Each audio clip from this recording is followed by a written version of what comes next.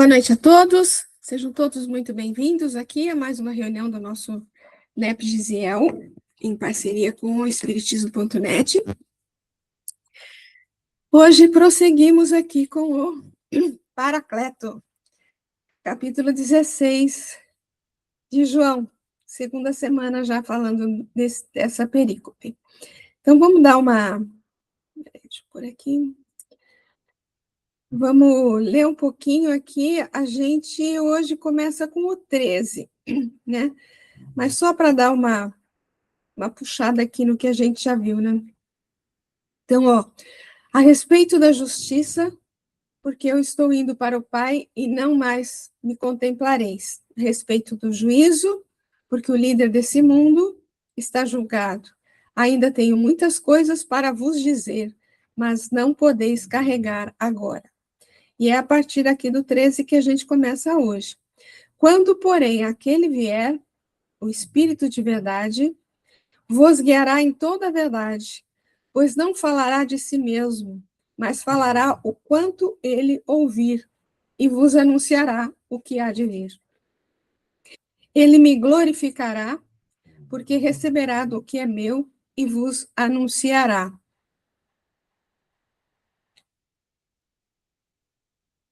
Tudo quanto o Pai possui é meu. Por isso eu disse que ele está recebendo o que é meu e vos anunciará. Um pouco mais, e não mais me contemplais. Novamente um pouco, e me vereis. É um versículo que ele já falou várias vezes, né? Ele repete novamente aqui. Então disseram os seus discípulos uns aos outros: que é isso que ele diz? Um pouco e não me contemplais, novamente um pouco e me vereis, e vou para o Pai? Então diziam: que é isso? Um pouco? Não sabemos o que fala. Bom, não vamos ler até o final, né? Porque senão... Vamos ver aqui que hoje, na verdade, a gente vai falar uma boa parte do estudo aqui, quase que tudo é falando, na verdade, sobre a questão do espiritismo, né? E quando ele fala aqui, quando, porém, ele vier, o espírito de verdade, que a gente entende como sendo aqui, né, a doutrina espírita, né? Vos guiará em toda a verdade, pois não falará de si mesmo, mas falará o quanto ele ouvir e vos anunciará o que há de vir. A gente que tem um pouco de noção da doutrina espírita, isso daqui é uma verdade muito grande, né? É como se ele estivesse aqui, como não, ele estava aqui profetizando, né? O que realmente a gente teria mais para frente, né? Então, vamos ver aqui, ó. Aqui Jesus pôde aprofundar um pouco mais o que já havia dito. Ele já tinha dito sobre a vinda do Paracleto, né? Devido já estarem os discípulos mais amadurecidos com as revelações por ele feitas no transcorrer dessas instruções. Então, ele já tinha falado sobre o Paracleto, e aqui ele volta a falar e se aprofunda um pouco mais, né? Então, mas quando vier aquele Espírito da Verdade? Em João 14, 26, que a gente chegou a ver, né? Ele usou o termo Paráclitos. Aqui falou em Espírito da Verdade.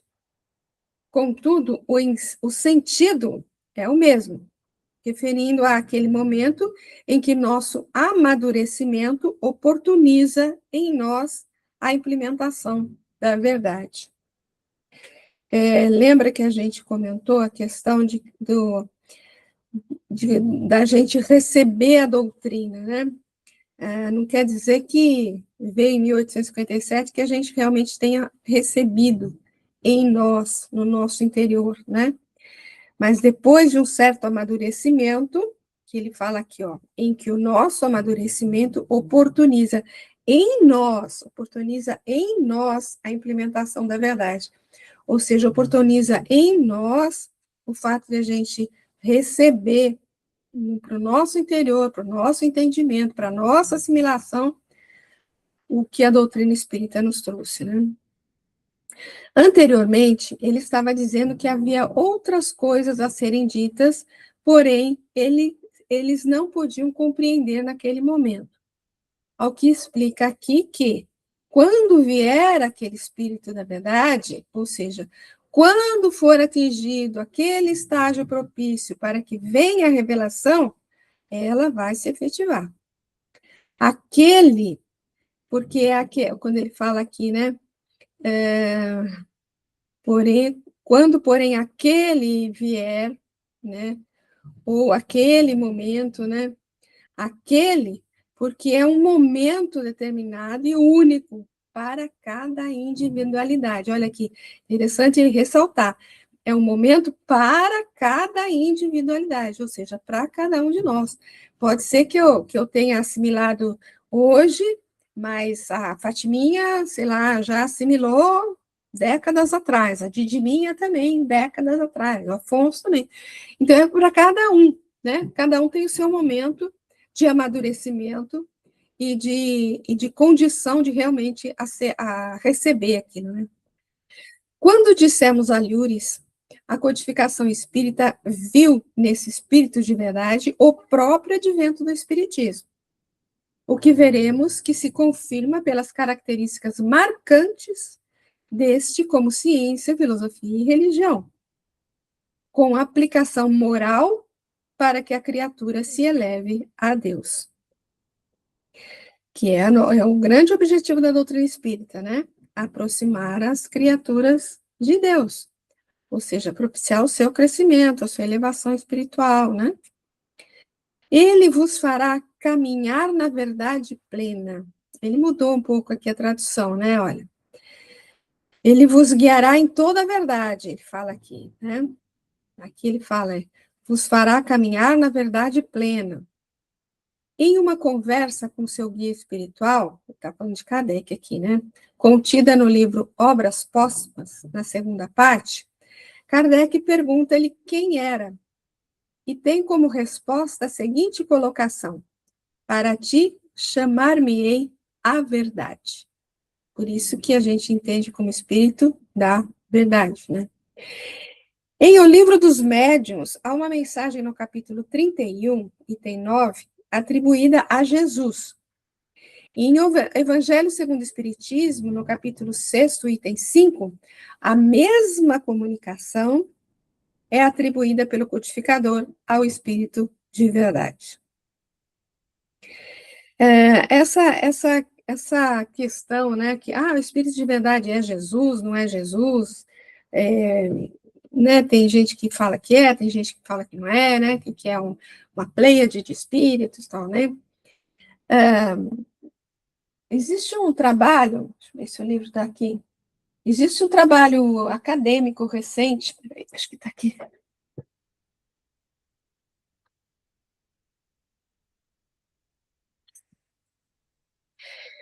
E está estudando todos aqueles textos, aquelas mensagens do Kardec que foram guardadas, que agora que elas estão sendo vistas, né? Eu sei que está ao contrário aí, mas o Espiritismo é a obra de Jesus.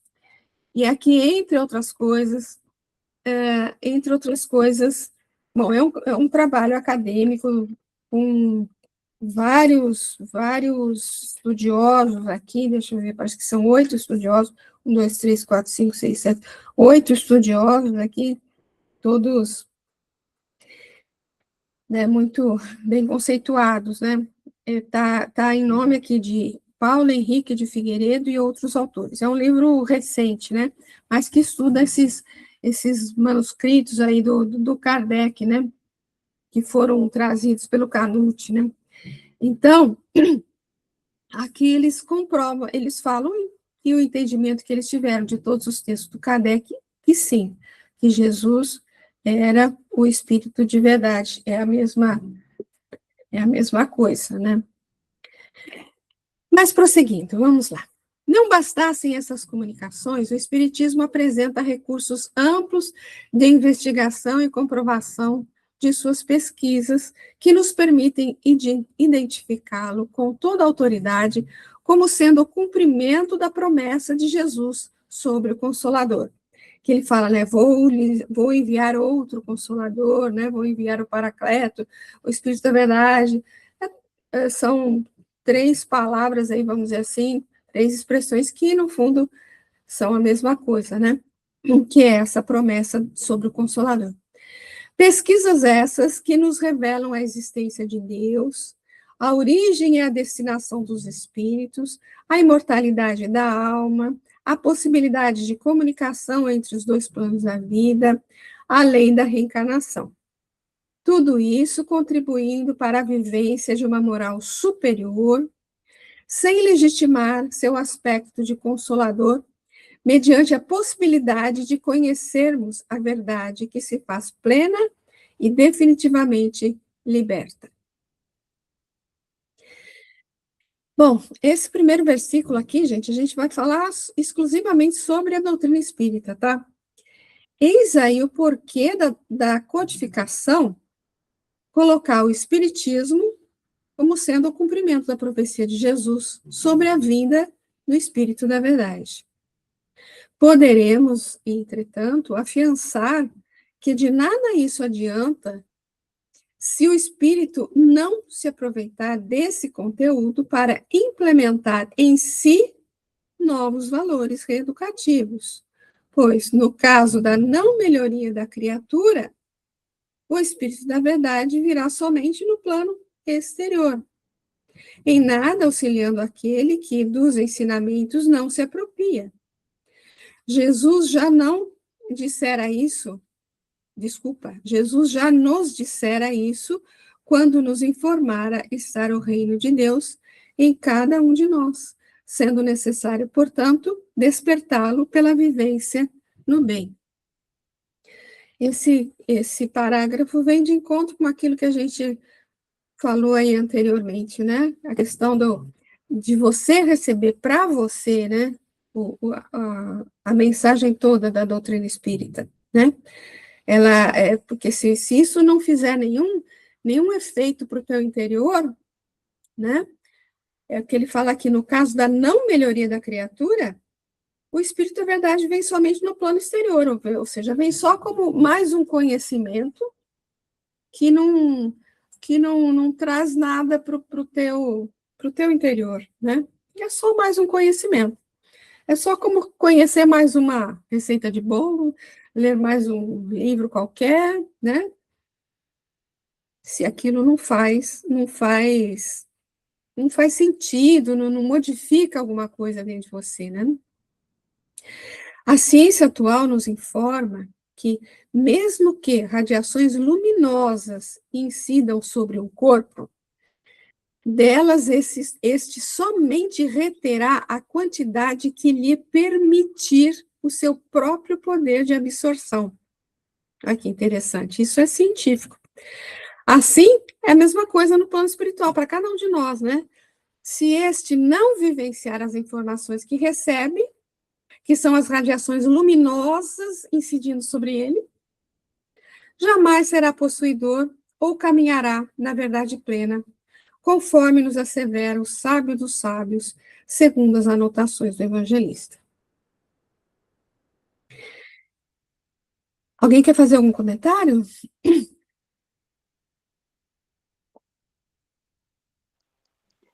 Rapidinho, você já tinha falado desse livro e eu estou lendo algumas coisas, achei bem interessante. Eu achei ele no Kindle, até tem. Achei bem legal. Não, é muito legal, sim. Tem muita coisa interessante ali. E são as questões que o Kardec realmente deixou, né? Que foram guardadas aí e que agora que estão sendo estudadas, né? Sim, sim, sim. Diz Estou lendo que... aos pouquinhos. Como? Estou lendo aos pouquinhos, que é bem dificilzinho, mas vamos lá. Tá certo. Então, diz que essas anotações aí do Kardec, elas foram mostradas por Chico, né? E na época o Chico pediu para que fossem guardadas, né? Para serem divulgadas, serem estudadas mais à frente, né? Então, agora a gente está tendo a oportunidade aí de ter esse conhecimento a mais aí. Mas vamos lá. porque não falará de si mesmo. Ainda nós estamos no primeiro versículo lá, né? Não falará de algo que diga respeito só a si mesmo, mas refletirá sempre a luz em favor de todos para uma harmonização ampla. Ou seja, não vem de um espírito e de dois espíritos, né? Da elucubração de uma pessoa, né? O ser evoluído, que já possui a psicologia do Evangelho, jamais retém para si o que é de valor humanitário. Do mesmo modo, nunca se acha a figura central em qualquer relacionamento ou trabalho, pois sabe que a cooperação e a parceria são sempre fatores de engrandecimento e progresso para ele e para todos. Voltando a relatar a contribuição da doutrina espírita como sendo o próprio advento do espírito de verdade, vamos notar que nenhum espírito colaborador na formação de seu corpo doutrinário veio apresentar informações tiradas de conclusões próprias e personalistas, mas de uma observação ampla no cumprimento de uma lei universal e consoante comunicação de outros grupos de espíritos em diversas localidades. A gente vê lá na introdução, né, do Evangelho segundo o Espiritismo, Kardec comentando que ele recebia cartas, informações, né, respostas de diversas perguntas de mais de 100, mais de 1.000 centros, né, mais de 1.000 centros. Está lá no início, na introdução, né, do Evangelho segundo o Espiritismo, o próprio Kardec dizendo isso, né. Então, eram muitos pontos, né, que eram confrontados para que Kardec colocasse alguma coisa ali no Evangelho segundo o Espiritismo, no Livro dos Espíritos, né? Mas dirá tudo o que tiver ouvido. Ai, que interessante, ouvido, né? A autoridade da revelação espírita está nas informações trazidas por ela, e que não são frutos de uma teorização de um ou dois espíritos apenas, de um ou dois espíritos apenas, mas de um grupo de espíritos coordenados pelo próprio Cristo, que se manifestaram nos 4 cantos do globo terrestre, coincidindo em tudo o que falavam, promovendo naqueles que recebiam as informações o incentivo à observação como meio comprobatório do que expunham. Desse modo, ao invés de solicitarem uma crença, isso é muito importante, né, que o Kardec sempre fala também, uma crença cega no que traziam, motivavam a fé racional, como instrumento de verificação, a fé raciocinada, né, que a gente sempre fala também, né. É o tempo dos mortos, de que nos fala o Apocalipse, no capítulo 11, versículo 18, ou seja, o tempo que estes se comunicarem com os ditos vivos, com a permissão do alto, com fins reeducativos, ou, como narra o livro dos Atos dos Apóstolos, a fala do profeta Joel. Isso é um pedacinho que está em Atos, mas que ele está citando, né, uma fala que está lá no Antigo Testamento, né? E nos últimos dias acontecerá, diz Deus, que do meu espírito derramarei sobre toda a carne, e os vossos filhos e as vossas filhas profetizarão, os vossos jovens terão visões, e os vossos velhos sonharão sonhos.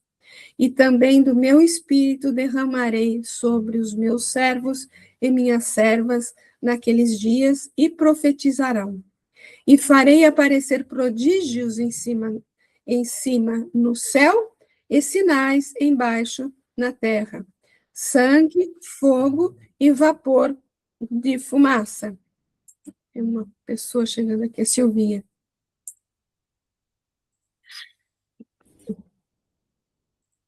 Prosseguindo, o sol se converterá em trevas e a lua em sangue, antes de chegar ao grande e glorioso dia do Senhor. E acontecerá que todo aquele que invocar o nome do Senhor será salvo. Então, isso é uma fala que está lá em Atos, né, no capítulo 2, mas que é um texto citado lá do Antigo Testamento, que é uma fala do profeta Joel. tá? E acho que ainda não, finalizando esse primeiro versículo, né? E vos anunciará o que há de vir. A faculdade, voltando só um pouquinho aqui, né? O que a gente pode dizer, inclusive, a respeito desse trecho aqui, é que a tendência, talvez, não sei se é exatamente essa a palavra, né? Mas é que a quantidade de médiums, provavelmente ela deve aumentar à medida que a humanidade vai evoluindo, né? Vai amadurecendo espiritualmente, usando o termo que está sempre usado aqui, né? À medida que assim, se amadurece um pouco mais, os médiuns também, em número também, deverão aumentar, né? E vos anunciará o que há de vir. A faculdade da profecia é uma possibilidade nas comunicações espíritas, pois os porta-vozes do Senhor têm, quando permitido, o poder de se antecipar, lendo na lei o que vai acontecer. O médium, recebendo essas informações, pode relatar o que recebeu do plano espiritual, como dissemos, se houver permissão superior, e sem exclusão de nenhuma lei universal. Pois se um evento futuro, isto é, projetado no tempo, pode ser previsto, é porque este obedece a uma lei, a uma causa providencial que no desenrolar dos fatos, mesmo que depois de longa data, se manifestará em um efeito possível de ser previsto. Bom, a gente vê tantas profecias que estão lá no Antigo Testamento e que a gente ouve, né, que muito do que Jesus fazia era cumprindo aquelas profecias todas, né? Essa teoria está muito bem exposta no capítulo 16 do livro A Gênese, sob o título de Teoria da Presciência. Por que está falando isso aqui nesse versículo aqui, né? Porque ele está no versículo, né? É como que uma profecia, não é uma profecia de Jesus, né? Vamos voltar aqui no texto, ó, vê. Quando, porém, aquele vier, o Espírito de verdade vos guiará em toda a verdade. Que é o que a gente já leu aí, né? Que ele está trazendo a verdade para a gente. Pois não falará de si mesmo, mas falará o quanto ele ouvir. Ou seja, não é coisa de um espírito, nem dois, nem três. É uma coisa que foi generalizada por todo o orbe, todos falando a mesma coisa, né? Então, falará o quanto ele ouvir, e vos anunciará o que há de vir. Né? Então, ele está fazendo aqui uma previsão, né? Ele está falando da vinda do Espiritismo, para nós, a gente entende assim, né? Da vinda do Espiritismo, do que vai falar o Espiritismo, o que ele vai, como que ele não vem só de um espírito, né? E vai anunciar o que há de vir. Então, vamos lá para o fundo agora. Mas dirá tudo o que Não, esse a gente já leu, desculpa. E vos anunciará o que há de vir. A faculdade da profecia é uma possibilidade nas comunicações espíritas, pois os porta-vozes do Senhor... a gente já leu isso aqui, não leu? Desculpa, é aqui, né? Aqui, desculpa. Então, essa teoria está muito bem exposta no capítulo 16 do livro A Gênese, sob o título de Teoria da Presciência. É por isso que a gente voltou lá, né, para ler. Particularmente, o espírito encarnado ou não, quando já galgou um patamar considerável de evolução, por isso que eu falei, gente, que a tendência é que apareçam mais médiuns à medida que a humanidade vai evoluindo, né? Porque, galgado um patamar considerável de evolução, pode, se entrar no tempo de Deus, realizar maravilhas em termos de projeções do que há de vir. Temos exemplos clássicos em várias literaturas sacras ou não, a comprovar tal afirmativa em concordância com o texto evangélico que diz que, quando a criatura amadurece, atingindo o estágio de presença do Espírito da Verdade, ela vos anunciará o que há de vir. Comentários?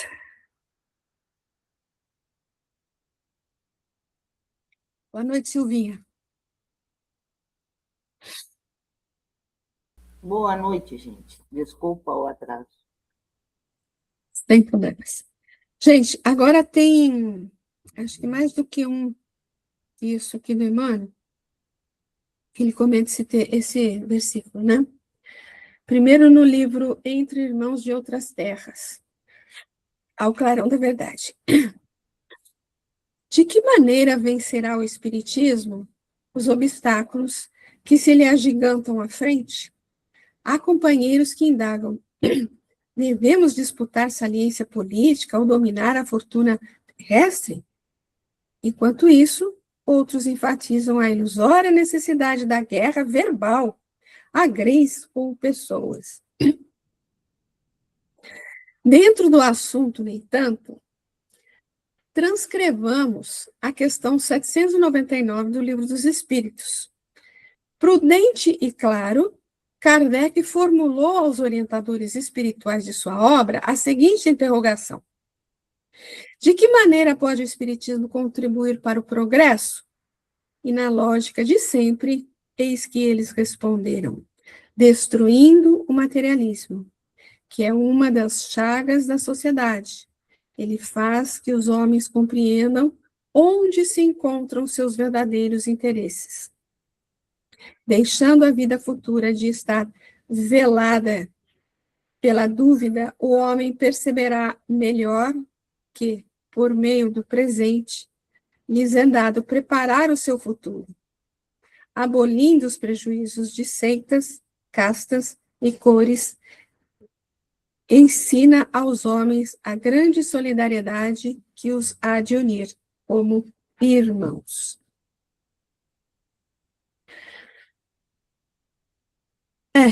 Destruindo o materialismo. Ainda estamos longe de realmente destruir completamente o materialismo, né? Mas, como sempre a gente diz, né? É a nossa jornada, né? E continuando aqui, a gente está no livro no texto do Emmanuel, né? Ao clarão da verdade. Aí ele comentou essa questão do Livro dos Espíritos, e aí, encerrando, não nos iludamos com respeito às nossas tarefas. Somos todos chamados pela bênção do Cristo a fazer luz no mundo das consciências, a começar de nós mesmos, dissipando as trevas do materialismo ao clarão da verdade. Não pelo espírito da força, mas pela força do espírito. A expressar-se em serviço, fraternidade, entendimento e educação. Emmanuel. Bonitinho isso, né? Não pelo espírito da força, mas pela força do espírito. Tudo bem? Alguém quer falar alguma coisa? Vamos lá, acho que tem mais 2 textos dele, viu? Do Kardec, do Emmanuel. Olha, saudando Allan Kardec. Ele também comenta. É porque esse versículo, ele fala da doutrina, né? Ele fala do Paracleto, do Espírito de Verdade. Então, os textos de Emmanuel também falam da doutrina, né? Não ignorava Jesus que a sua mensagem padeceria o assalto das trevas. Sabia que ao contato da poeira terrestre, converter-se-ia a fonte da sublime revelação em viciada corrente. Não desconhecia que os homens se lhe apropriariam do verbo santificante para situá-lo a serviço de paixões subalternas. Anteviu as multidões enganadas e sofredoras, para as quais não mais se multiplicaria o pão do amor puro, confundidas pela penúria e pela discórdia. Ele que rogava: amai-vos uns aos outros como eu vos amei, pressentia as guerras de ódio que se desencadeariam na terra em nome do Evangelho renovador.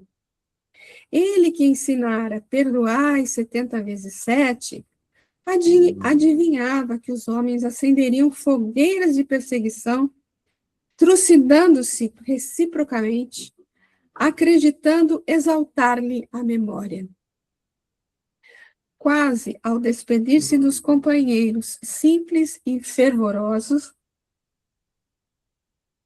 que os seguiriam mais tarde até a dilaceração e ao sacrifício, percebeu que os cérebros vigorosos da sombra viriam nos passos do tempo, senhorar-lhe o rebanho de corações sinceros, estabelecendo entre eles dolorosa escravidão espiritual.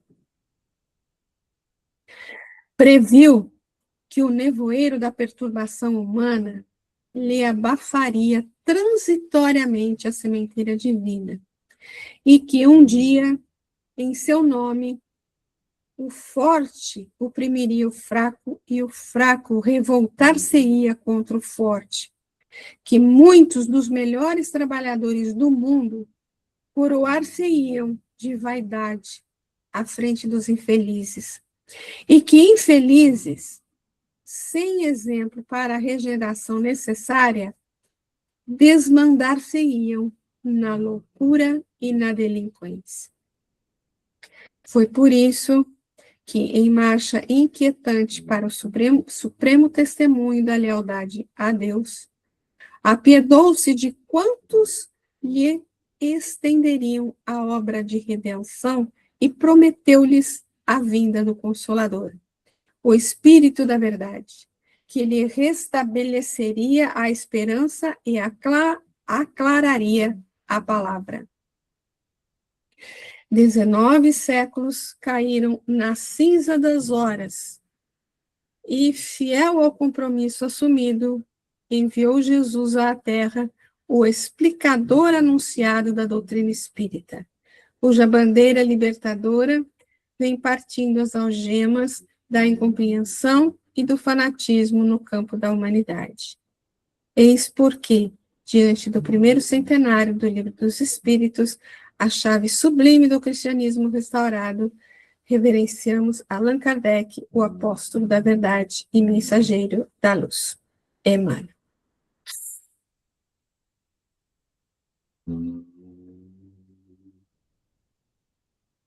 Alguém quer falar alguma coisa?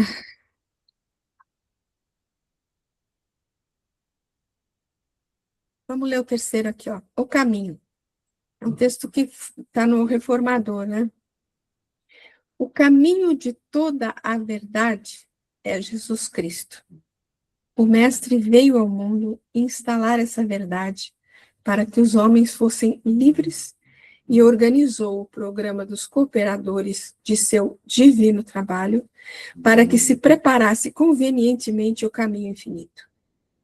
No fim da estrada, colocou a redenção e deu às criaturas o amor como guia. Conforme sabemos, o guia é um só para todos, e vieram os homens para o serviço divino.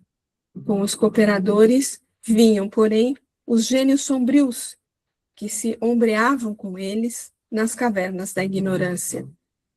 A religião, como expressão universalista do amor, que é o guia, pairou sempre pura, acima das misérias que chegaram ao grande campo, mas este ficou repleto de absurdidades. O caminho foi quase obstruído. A ambição exigiu impostos dos que desejavam passar. O orgulho reclamou a direção dos movimentos. A vaidade pediu espetáculos. A conveniência requisitou máscaras. A política inferior estabeleceu guerras. A separatividade provocou a hipnose do sectarismo. O caminho ficou atulhado de obstáculos e sombras, e o interessado, que é o espírito humano, encontra óbices infinitos para a passagem. O quadro representa uma resposta a quantos perguntarem sobre os propósitos do espiritismo cristão. sendo que o homem já conhece todos os deveres religiosos. Ele é aquele espírito de verdade que vem lutar contra os gênios sombrios que vieram das cavernas da ignorância e invadiram o campo do Cristo. Mas guerrear como? Jesus não pediu a morte de ninguém.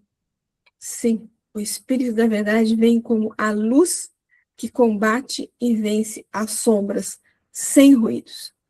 Sua missão é transformar, iluminando o caminho, para que os homens vejam o amor, que constitui o guia único para todos, até a redenção.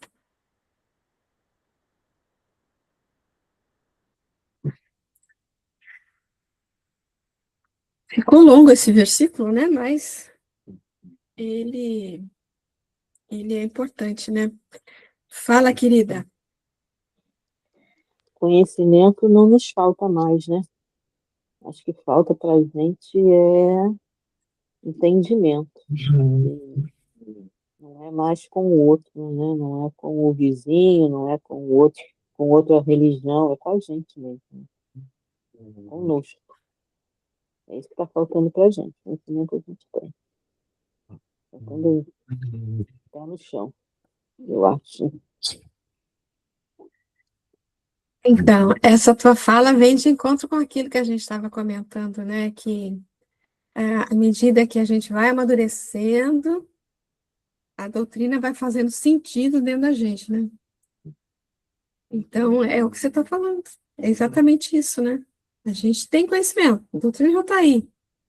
A gente tem um monte de coisa, muito conhecimento à nossa disposição, né? Que no fundo não é nada, né? Diante de tudo que a gente ainda tem a conhecer, né? Mas seria o suficiente para a gente já caminhar com Cristo, né? E aí a gente ainda reluta, em realmente aceitar, né? Realmente aceitar o que o Cristo deixou para a gente, né? Quem mais levantou a mão pode falar. Não sei quem. Silvinha, fala, querida. Boa noite de novo. Boa noite. Como nós somos insignificantes, né? Cristo, sabendo de tudo que ia acontecer, ainda veio, se sujeitou, e nós não temos a coragem de nos transformar uma encarnaçãozinha que seja. A gente sempre pensa, não, na próxima eu vou melhorar. Vamos começar a trabalhar agora. Né? É isso.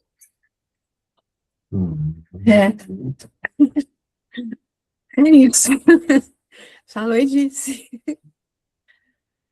Mas a gente chega lá. Isso é uma fatalidade, a gente sabe disso. E tem gente que diz que essa é a nossa melhor encarnação, né? Com certeza é. Com certeza é, né? A nossa melhor versão. A melhor versão até agora, desde o início, é essa. É a nossa melhor versão. E a gente já foi bem piorzinho. Mas a gente ainda vai ficar bem melhor, se Deus quiser, Ele quer isso, Ele quer. Se Deus e Ele quiser, há de... trabalhar, né? Como é que é? Se Deus quiser, e se a gente trabalhar, né? Se a gente trabalhar. E Ele há de vencer conosco, apesar de nós, né? Vamos lá, mais um pouquinho, vai. Ele me glorificará, porque receberá do que é meu, e vos anunciará do que é meu, a mensagem dele, e tudo que ele deixou, que ele falou que a gente ia esquecer, né? Vamos lá. Ele me glorificará. Do mesmo modo que o Filho, que é o fruto da criação, glorifica o Pai, que é o Criador, O Espírito da verdade, que é o Espírito que se santificou, dá glória ao Filho por sua própria cristificação. A criação emana do Pai, originando o Filho, obra criada. Este, aperfeiçoando-se, obedecendo aos impositivos do Cristo interno, faz-se Filho.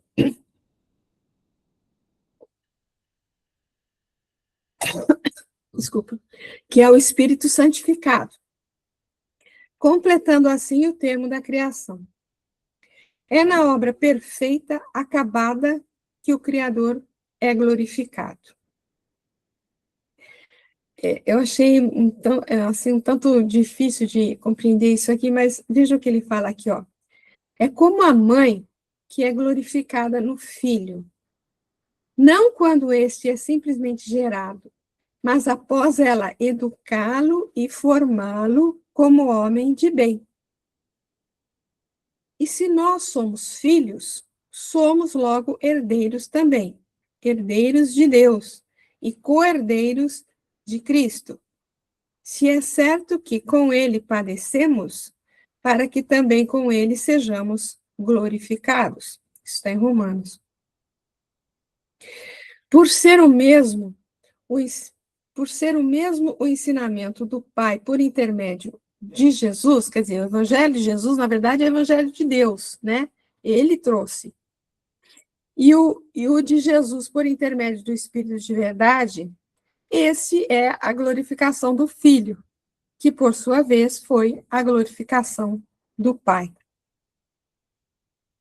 Assim, quando nos fazemos obedientes aos princípios do Evangelho, ajustando-nos ao momento em que nos situamos de forma tranquila e equilibrada, em verdade, estamos dando glória a Deus, pois, estando no circuito da criação, propiciamos que a luz que há em nós se resplandeça em toda a sua potência. Não foi outro senão este o alerta do Mestre, quando disse: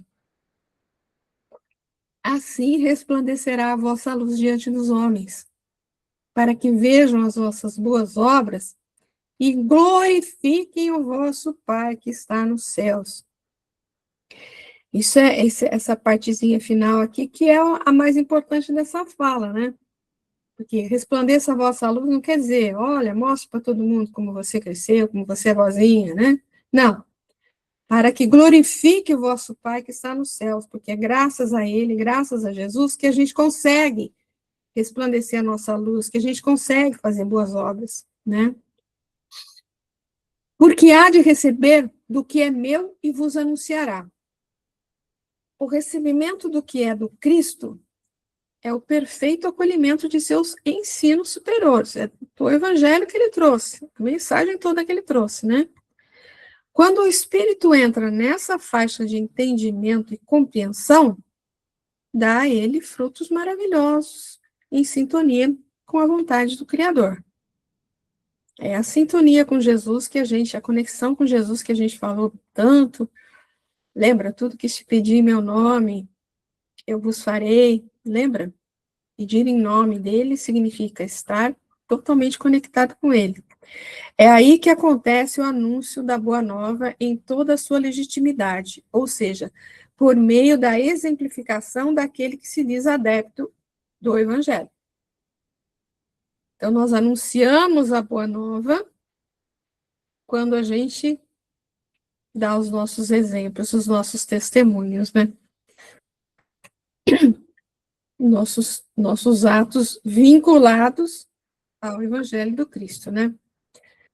Fala, minha flor. São os frutos, né, que a gente tem que dar, né, Val? São os frutos que a gente tem que dar. Exatamente. Quer dizer, a partir do momento em que você recebe, você, né, muito será pedido a quem muito foi dado. Então, tudo aquilo que nos é oferecido, nós temos que corresponder, né, em formas de frutos, ou seja, seguindo né, praticando e divulgando, né, as mesmas verdades que nos foram dadas a oportunidade de compreender. Aqui a gente entende, né, o ide pregai, né, a gente entende, né, toda aquela passagem de Jesus nos enviar de 2 em 2, né? Depois a gente tem a grande reunião dos 500 da Galileia, né? Isso tudo vem me trazendo, assim, a proporção que a gente foi lendo todos esses textos, veio isso tudo vindo da minha cabeça, né? Que são exatamente a demonstração de que aprendemos, de que, né, acreditamos, de que realmente estamos nos esforçando para representar o Cristo onde quer que a gente esteja. Não é isso, filho? É isso aí, minha flor. Gostei do que você falou, representar o Cristo onde quer que a gente esteja. Muito lindo isso. E uma grande responsabilidade, né? Exatamente, né? É tudo dentro daquela base, né? Se eu não for capaz de dar esses frutos, eu ainda não estou sendo literalmente responsável, né? Ainda estou falhando, ainda estou, né? Tipo assim, recebendo só para mim. Qual é a graça da gente guardar simplesmente os talentos? Olha aí, o enterrar os talentos, né? Se a gente não pode enterrar os nossos talentos, nós temos que fazê-los crescer, fazê-los multiplicar, né? Exatamente, minha. Vai Muito lá, lindo. minha linda. Então vamos prosseguir mais um pouquinho. Quando a humanidade atinge a sua maioridade, os espíritos trabalhadores da seara do Cristo podem, porque compreendidos, se manifestar em grande escala, revelando a essência dos ensinamentos do Evangelho em todos os quadrantes do universo. Olha aí, Digimino. É o que chamamos de terceira revelação ou advento do Espírito de verdade. Que outra coisa não é senão a possibilidade de compreendermos a verdade plena que vige no mundo desde o início de todas as eras.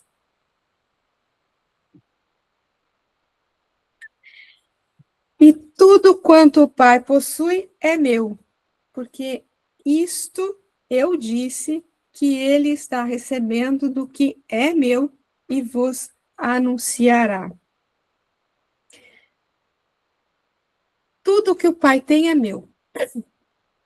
Um pai consciente de sua missão de educador e condutor do filho a uma moral ajustada aos propósitos de Deus, tudo faz em favor de seu filho. Porém, para que este se conscientize disso e possa aproveitar os oferecimentos do pai, como a Didimi e a Fatiminha estavam falando, né? Aproveitar o que a gente está recebendo, né? Precisa estar sintonizado com a proposta reeducativa do seu genitor, sintonizado com o Evangelho do Cristo, sintonizado com o Pai, né? Caso contrário, ele vai querer sempre mais, ou outra coisa que não a recebida. São os que estão aí até dentro da doutrina, né? E que estão sempre atrás de um, de outro, para receber mensagem, receber isso, receber aquilo, né? Tem tanta coisa para a gente entender ainda que para que receber mais? Tudo que a gente tem, a gente não consegue, não deu conta ainda. Quando ele falou que a gente não ia conseguir carregar lá atrás, será que a gente está conseguindo carregar hoje? Caramba! Somente em conexão com o seu pai poderá ele se orgulhar do recebido e dizer tudo o que o pai tem é meu. O mesmo se dá com a criação divina. Para que possamos avaliar a grandeza da misericórdia do Criador e do quanto herdamos, necessário se faz que nos ajustemos à vontade soberana do Criador e passemos a ver na providência sua mão amiga a nos proteger em todas as circunstâncias. Por isso eu vos digo que ele há de receber do que é meu e vos anunciará. Aqui ele repete o que dissera no versículo anterior, com fins didáticos, e também de mostrar o porquê de ter feito essa afirmativa. Ou seja, o porquê da sua autoridade sobre as coisas do Pai. É que ele irradiava com perfeição a luz divina do conhecimento superior, mediante sua própria disposição e condição para vivenciá-la em plenitude. Comentários? Gente, eu tenho que abrir um outro arquivo agora, porque esse aqui, é porque estava muito grande esse aqui, e eu comecei no outro. Espera aí, que eu vou abrir o outro, tá?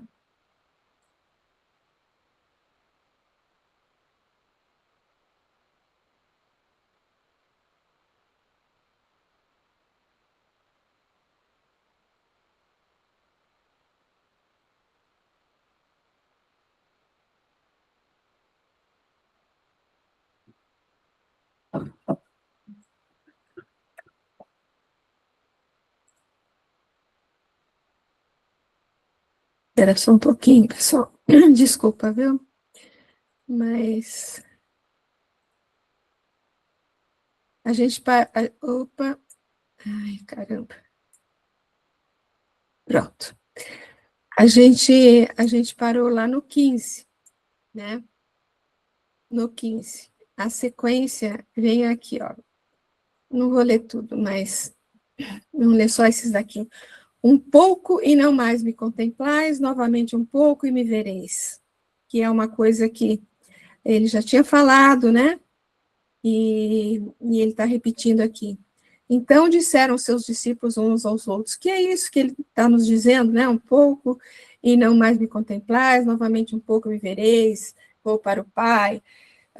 Ou seja, é isso que a gente vai ver agora aqui, né? Um pouco e não mais me contemplais. Novamente um pouco e me vereis. Essa é a sequência. Então vamos lá. Dentro, ele traduziu um pouquinho diferente, né? Dentro em pouco não me vereis, mais um pouco ainda e ver-me-eis. Aqui fica clara a revelação de Jesus sobre a sua ressurreição, né? Porque se eles não vão me ver mais, porque ele vai se encarnar. E depois de 3 dias ele volta, no terceiro dia ele volta, né?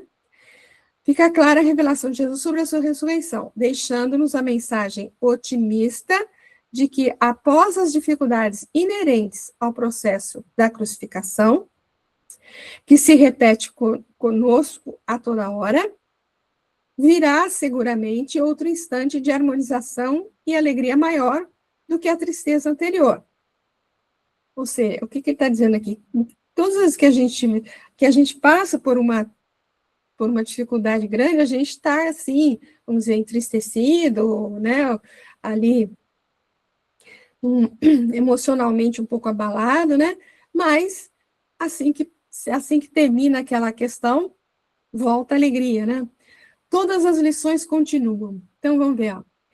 Há a mesma palavra pouco, repetida, com 2 sentidos diferentes. Se a primeira significa um instante próximo, pois fala da desencarnação do mestre, que aconteceria dali a aproximadamente 24 horas, a segunda pode significar sua ressurreição, em um espaço de tempo maior em relação à primeira, ou a sua própria volta na intimidade da criatura, o que se daria em um tempo ainda maior, pois individual, conforme o amadurecimento de cada um. Olha que legal isso que está dito aqui, né? Então, ele pode estar falando ali da desencarnação dele, pode estar falando da volta dele, mas ele pode estar se referindo ao momento que realmente a gente vai, né? Ele vai estar dentro de nós aqui, né? Vai estar aqui, nós estaremos aqui.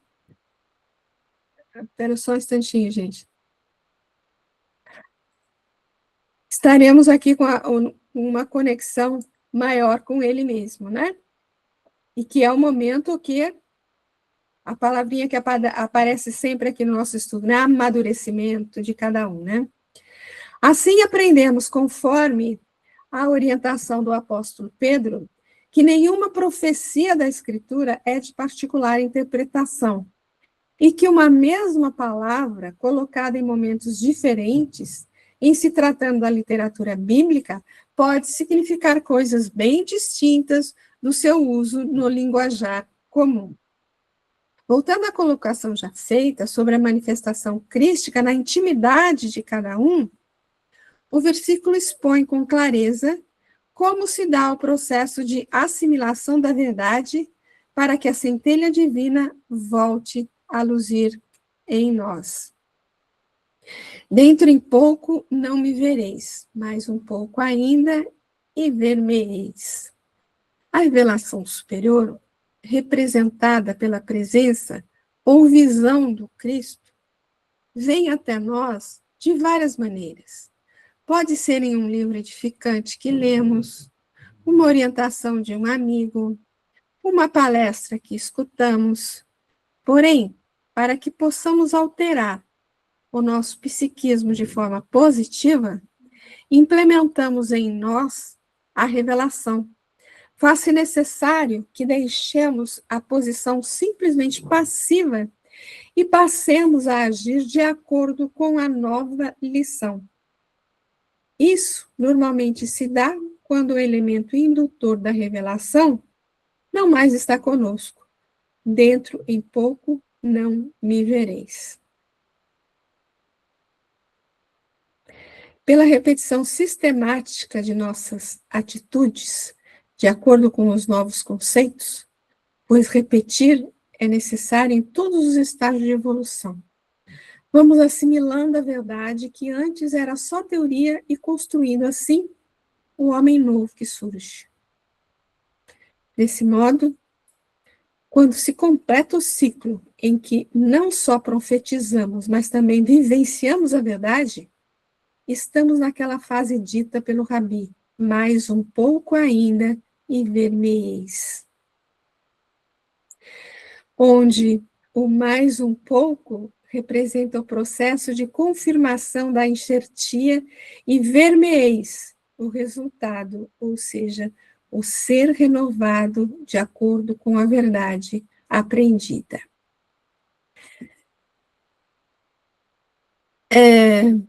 Alguém quer comentar isso, gente? Eu achei muito lindo isso. Alguém quer comentar?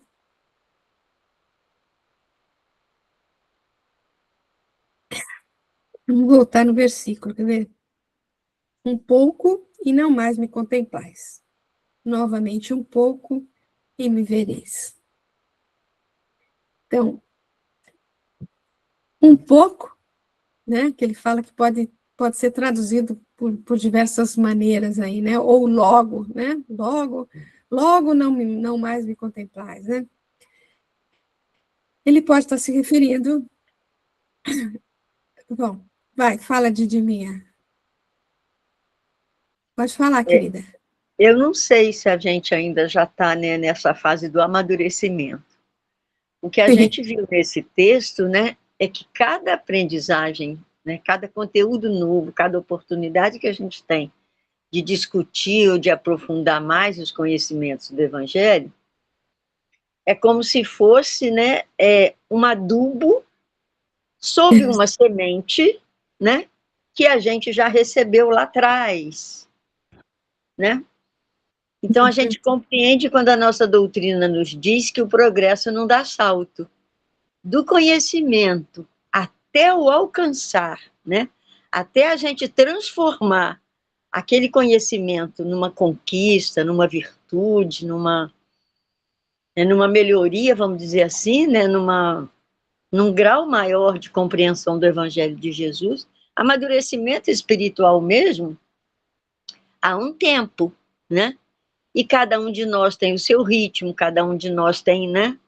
E enquanto isso, nós vamos vivendo aí o ensaio e erro, né? É tão bom quando a gente, de repente, se encontra diante de uma situação que em tempos atrás a gente teria uma reação mesmo, sem refletir, né? Mas hoje a gente já é capaz de controlar essa reação e refletir sobre aquilo que a gente está vivendo, né? Esse momento é um momento que eu considero assim, de alegria, né? De felicidade para a gente, por ter alcançado mais uma compreensão, mais uma verdade, né? Mas a gente ainda está muito no início desse nosso processo, né, filho? Quando eu penso que a gente tem apenas, né, 168, 169 anos da codificação espírita, né, e considerando, né, se o cedro leva 100 anos, a semente é cedro que eu acho, né, que leva 100 anos para reproduzir, né, eu acho que a nossa semente talvez seja um pouco mais dura ainda, né? Parece que a nossa semente é um pouco mais dura, porque a gente está no exercício de se transformar, e o quanto a gente ainda descobre, né? É aquele negócio, né? Cada passo que você dá subindo a montanha, maior é a amplitude que você tem à sua frente. Então, cada passo que você dá de conquista em aprendizagem, em amadurecimento, surgem novas descobertas, novas verdades, né? E até a gente dominar essa verdade toda, é que eu acho que ainda vai demorar um pouco para nós. Mas é esse o processo, né? É assim que tem que ser. É esse o processo. Eu você me desculpa, acho que eu vou te dar uma má notícia. A nossa semente, que você falou que é mais dura que a do carvalho, que nós temos 100 e poucos anos, eu acho até que a gente tem muito mais de 160 anos, né? Porque a gente tem mais de cerca de 2.000 anos que a gente já recebeu isso. Com certeza não é a primeira vez que nós temos contato com o Evangelho. Com certeza não é a primeira vez que a gente... Com a doutrina espírita, sim, deve ser a primeira vez, né? Mas talvez tenha sido a primeira vez. Mas o Evangelho, com certeza, nós já tivemos contato com ele, né? Então, assim como a gente falou anteriormente, né? Essa é a nossa melhor versão. Vamos ficar felizes com o que a gente já conseguiu. Vamos ficar felizes com o que a gente já conseguiu, né? Mas bola para frente, né? Bola para frente. Vamos... Mas o que eu achei lindo ele falar aqui é essa questão do um pouco mais me vereis, no sentido de você, dele comparar essa me vereis novamente aí, num momento de amadurecimento, onde realmente o Cristo vai fazer parte, né, integral da nossa vida, né? Então, eu achei muito, muito legal essa comparação que ele faz aqui no final, praticamente, né? Que ele faz isso aí. Aqui, né? Acho que é aqui, desse modo, quando se completa o ciclo em que não só profetizamos, mas também vivenciamos a verdade, estamos na fase dita pelo Rabi, mais um pouco ainda, e me vereis. Mais um pouco ainda, mais um pouco de vivência, de experiência, de amadurecimento, e me vereis novamente, né? Achei lindo isso daqui, viu? Achei muito lindo. Vamos seguir, então, mais um pouco. Então, disseram... Acho que só mais esse versículo a gente vê, depois a gente para. Então disseram os seus discípulos uns aos outros, que é isso que ele nos diz? Um pouco e não me contemplais, novamente um pouco e me vereis, e vou para o Pai. O que é isso que ele está falando, né? Disseram entre si alguns de seus discípulos. Uma das faculdades do homem é a da comunicação. Onde quer que estejamos, achamos sempre uma forma de nos comunicarmos, sendo uma tendência natural nossa buscar viver entre os afins. Dessa forma, o diálogo, a conversa, a troca de ideias, são sempre formas gostosas que encontramos de nos achegar às pessoas, e entre os discípulos de Jesus não era diferente. Hoje também, após as reuniões a que nos vinculamos com o objetivo de cultivar uma melhor filosofia de vida e um grau maior de religiosidade, seja qual for a escolha filosófica, habituamos a usar a palavra uns com os outros, como forma de comentar os ensinamentos veiculados, até mesmo como meio de ampliar os nossos conhecimentos.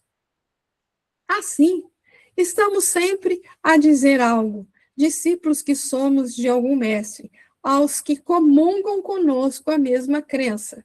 Portanto, devemos pensar: quem temos escolhido como mestre e Senhor? E o que temos dito entre nós, já que nos julgamos sempre no caminho correto? Nossa palavra tem sido o verbo que conduz à paz e unifica os corações? Ou temos cultivado a desavença e a discórdia? Meditemos sempre, sugestionados pelo Evangelho. Temos usado a palavra de uma forma divina ou falatório dentro de uma atividade humana e personalista? Que é isso que ele nos diz? Dentro em pouco não me vereis, mais um pouco ainda e me vereis. O ensino de Jesus era muito profundo e estava mexendo com a cabeça e o entendimento dos seus discípulos. É o mesmo que se dá conosco quando ouvimos uma palestra de grande alcance e não conseguimos entendê-la em todas as suas nuances. Porém, nos esforçamos por saber que o palestrante possui grande sabedoria. Isso significa um grande esforço mental. E muitas vezes temos que buscar apoio em outros amigos que, mesmo estando na mesma posição, podem nos auxiliar. Em síntese, eles não compreendiam tudo o que seu mestre lhes ensinava. Ainda não faziam a relação entre o em pouco não me vereis e o e mais um pouco ainda e ver-me-eis. Mesmo eles, que tudo ouviam do Senhor, ainda não haviam assimilado a partida próxima dele e sua volta para o Pai.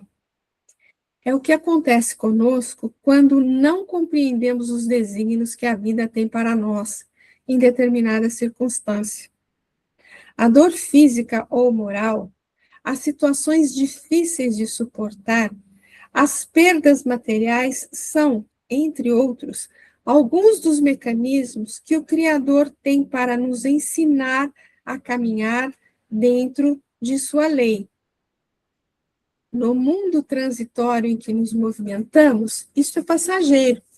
Por um pouco de tempo sofreremos e mais um pouco de tempo ainda e nos libertaremos.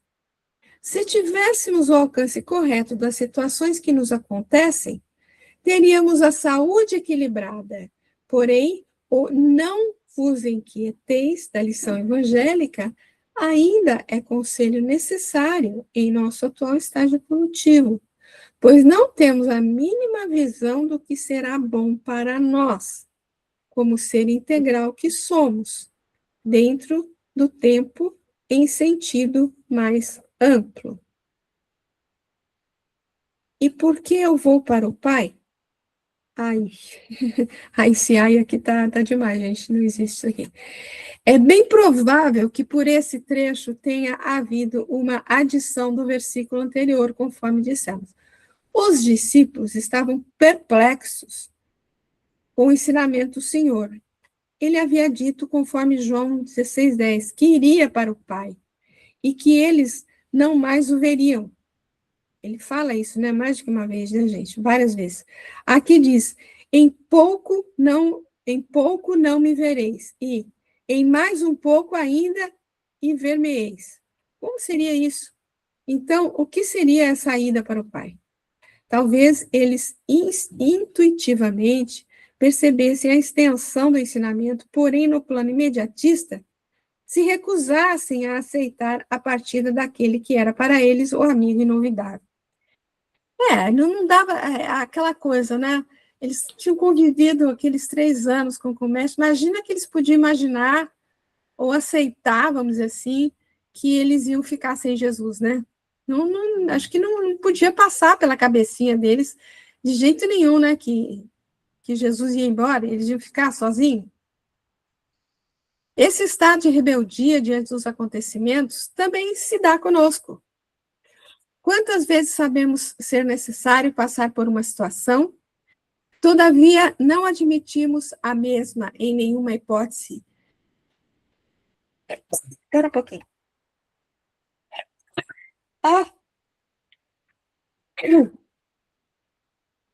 Desculpa, gente. Não deu para segurar. Quantas vezes sabemos ser necessário passar por uma situação, todavia não admitimos a mesma em nenhuma hipótese e até mesmo sofremos por antecipação? Nós também estamos caminhando para Deus. E o sentido dessa caminhada é o da nossa recuperação espiritual em detrimento do homem material, que ainda vive em nós. Porém, essa situação envolve perdas. E é isso que é difícil de aceitar. Todos queremos nos erguer a um plano espiritual superior. Todavia, mesmo que inconscientemente, queremos para lá levar tudo o que acumulamos de material e transitório. A lição do espírito, que restringe o seu perispírito para entrar em uma nova encarnação, nos diz exatamente isso.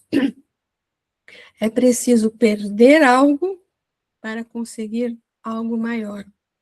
Desta forma, é imperioso sabermos avaliar corretamente o que é para nós mais importante: o transitório ou o definitivo, o espírito ou a matéria, Deus ou o que lhe é opositor. E aí, crianças? E aí? Foi um texto mais leve esse, né? Esse foi um pouquinho mais leve. Comentários?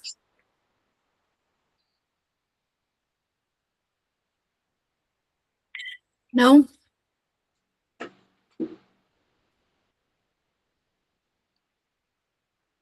Eu acho que a gente vai parar por aqui. Já são 7h20, e aí a gente...